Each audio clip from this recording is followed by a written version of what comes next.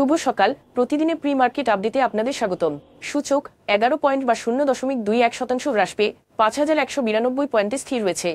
বাজারের লেনদেনের পরিমাণ ছিল 427 কোটি টাকা, যা আগের দিনের তুলনায় 28.74% হ্রাস পেয়েছে। ব্যাংক অতিরিক্ত তারল্য এবং দুর্বল ঋণের চাহিদার কারণে ফেব্রুয়ারিতে সরকারি সিকিউরিটিজের উপর সুদের হার তীব্রভাবে হ্রাস পেয়েছে।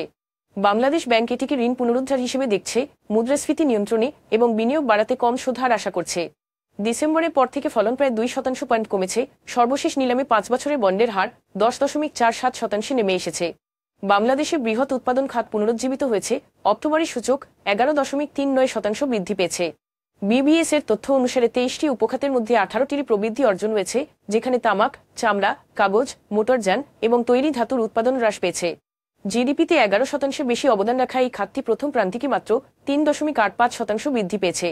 রিস অ্যাসেট ম্যানেজমেন্ট পিসিএল 2024 সালের জুন থেকে বিও অ্যাকাউন্ট সাসপেনশনের কারণে লেনদেন বন্ধ হয়ে যাওয়ার কথা উল্লেখ করে 2025 অর্থবছরের দ্বিতীয় প্রান্তিকে 6টি মিউচুয়াল ফান্ডের 89 কোটি টাকা ক্ষতির কথা জানিয়েছে।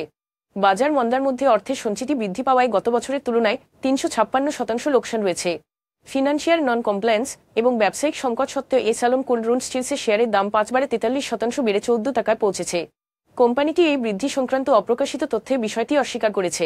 এখন এ পর্যন্তই। বিকেলে আবারও আসছে ডেইলি মার্কেট আপডেট নিয়ে। সে পর্যন্ত আমাদের সঙ্গেই থাকুন। ধন্যবাদ।